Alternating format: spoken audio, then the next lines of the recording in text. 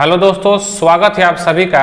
एक ऐसा क्षेत्र है जिसको लेकर अभ्यर्थी बार बार कमेंट करते हैं, तो आपको बताते चलें कि बहुत से अभ्यर्थी ऐसे भी हैं जो मिलते हैं और कहते हैं कि हमारा सब्जेक्ट कॉम्बिनेशन गलत हो गया है, अब आगे क्या होगा। सच में यह एक बड़ी समस्या है, लेकिन अगर इस बिंदु पे बात करें तो यही पता चलता है कि आखिर इसका कारण क्या होता है और इसका समाधान क्या हो सकता है।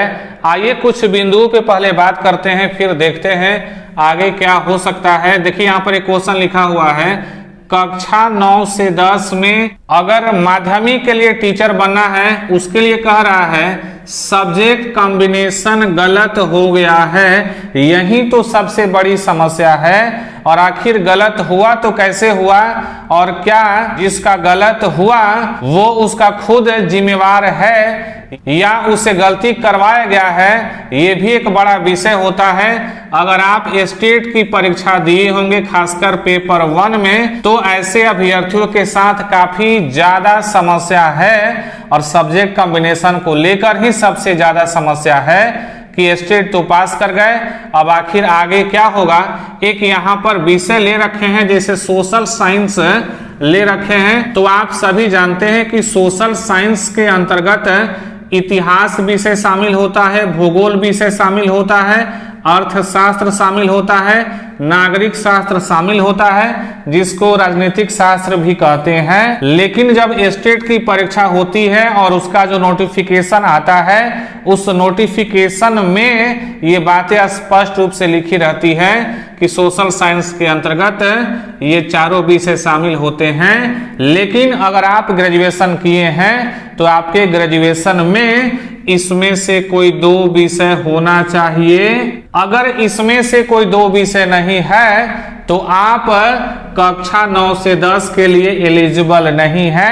यही एक बड़ी समस्या है। जब अभ्यर्थी ग्रेजुएशन करते हैं उस वक्त कौन कौन सा विषय हमारे लिए परफेक्ट हो सकता है, यही पता नहीं चलता है कि आखिर हम जो विषय ले रहे हैं भविष्य में उसका वैल्यूएशन कितना होता है या कितना वैल्यूएशन हो सकता है। इसी चीज का ख्याल विषय का चुनाव करते समय नहीं करते हैं, जिसका भविष्य में खामियाजा भुगतना पड़ता है। एक कारण यह भी हो सकता है और दूसरा कारण यह भी हो सकता है कि जब इस परीक्षा के लिए आवेदन करते हैं उस समय हम लोग क्या करते हैं, साइबर कैफे में जाते हैं और हम लोग केवल अपना विषय बता देते हैं। साइबर कैफे वाले अपनी मर्जी से उससे जुड़ा हुआ एक कॉम्बिनेशन डाल देते हैं और वहीं से गलती की शुरुआत हो जाती है। लेकिन बीपीएससी के चेयरमैन जी के द्वारा ये कहा गया है कि अगर आप सब्जेक्ट कॉम्बिनेशन में गलती करते हैं तो ये आपकी गलती है, ना कि हमारी गलती है, और उस गलती को आपको सुधारना है, ना कि हमको सुधारना है। ये बातें बीपीएससी के चेयरमैन जी के द्वारा कही गई है।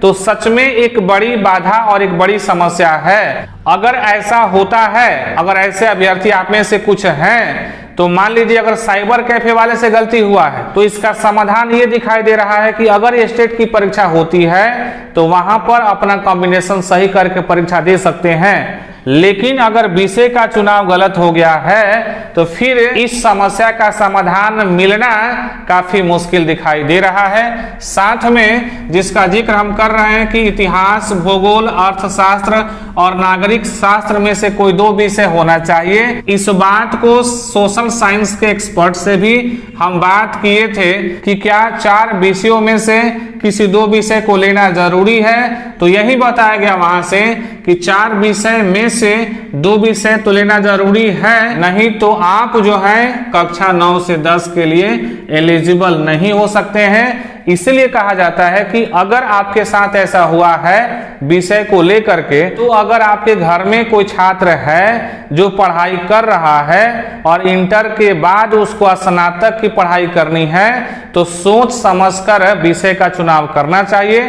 क्योंकि जब हम इसके एक्सपर्ट से बात किए तो यही पता चला कि अगर आपको टीचिंग क्षेत्र में जाना है और सोशल साइंस का विषय ले रहे हैं तो इस चारों विषय में से ही किसी 2 विषय का चुनाव करें, तभी भविष्य में टीचिंग क्षेत्र में जा सकते हैं, अन्यथा आप इससे वंचित हो सकते हैं। तो ये थी कुछ जानकारी जो आप इस वीडियो के माध्यम से प्राप्त किए। अब आपसे मिलते हैं अगले वीडियो।